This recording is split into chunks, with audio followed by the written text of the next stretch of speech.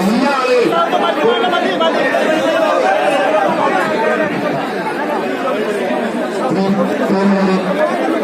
ലോക മലയാളി സമൂഹം കേൾപ്പെട്ട ഒരു മഹാദൗത്യത്തിന് ഇവിടെ അവസാനമാവുകയാണ്.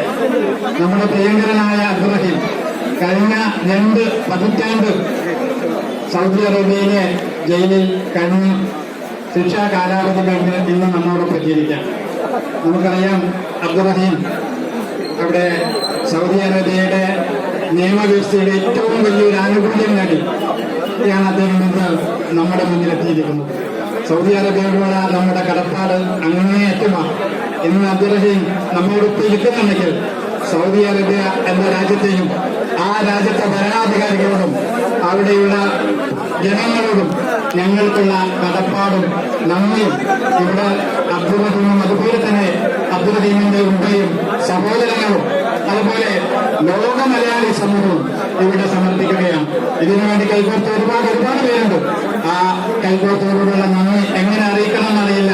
നമ്മുടെ റിയാദിലെ നിയമസഹായ സമിതി അതിനുവേണ്ടി തുടക്കം മുതൽ കഴിഞ്ഞ 2 പതിറ്റാണ്ടോളമായി അതിന് കൈകോർത്ത റിയാദിലെ കമ്മിറ്റിയുടെ മുഴുവൻ നേതാക്കളോടും തുടക്കം മുതൽ ഇതിനുവേണ്ടി പ്രവർത്തിച്ച എല്ലാവർക്കും ഇതുവരെ ഇതിനുവേണ്ടി ഈ നിമിഷം ഇവിടെ സാക്ഷാത്കരിക്കുന്നതിന് വേണ്ടി ഒന്നും അടക്കവുമില്ലാതെ പ്രവർത്തിച്ച ഒട്ടേറെ പേരുണ്ട്.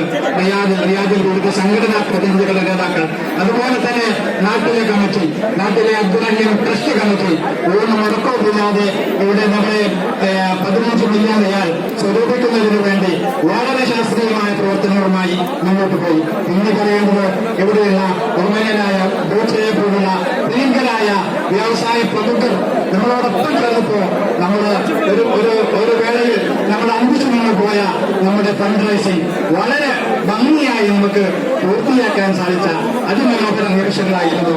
അദ്ദേഹത്തോടും അതുപോലെ തന്നെ സഹോദരൻ നസീർ, അതുപോലെ ഇവിടെയുള്ള റഹീമിന്റെ മുഴുവൻ കുടുംബാംഗങ്ങൾ, പിന്നെ മുഹമ്മദ് ജവാദ് തുടങ്ങി എല്ലാവരോടുള്ള അഗൈതവുമായ നന്ദിയും മറ്റ് കൃതജ്ഞതയും ഇവിടെ രേഖപ്പെടുത്താണ്.